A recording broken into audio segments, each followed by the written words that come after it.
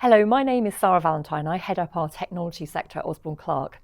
I'm here today with two of my colleagues, Lina Boecker from our German technology team and Thomas Stables from our UK regulatory team. One of the trends that we've been seeing recently is a rise in regulatory compliance in digital transformation.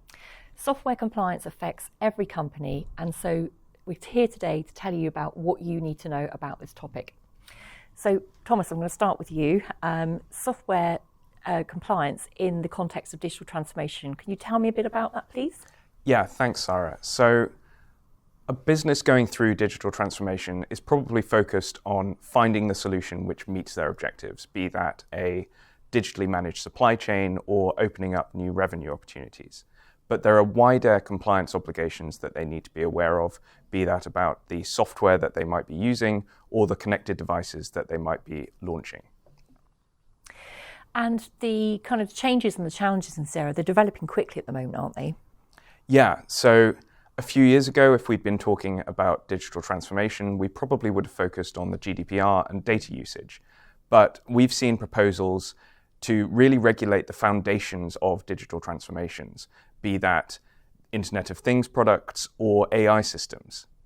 So this will clearly affect how a business tackles its transformation projects. Yeah, so areas of compliance that weren't specifically regulated before, like the cybersecurity of connected devices or the integrity of data sets, are now being subject to binding regulatory requirements. And these are going to present significant legal risks if you don't keep on top of them. Absolutely.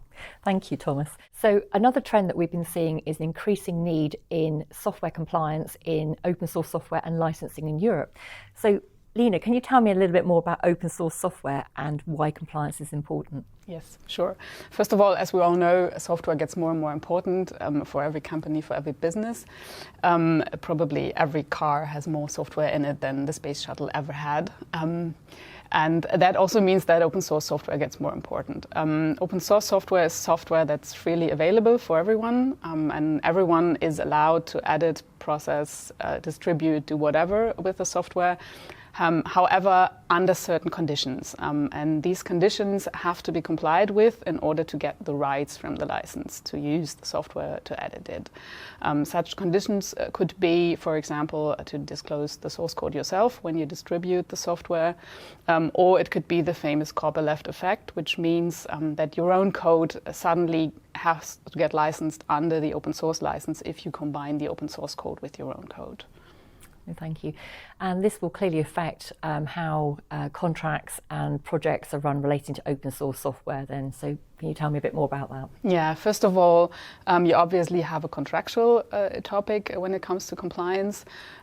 Every software license is a contract that you have to comply with, otherwise you're in breach of the contract, which could lead to claims of the authors.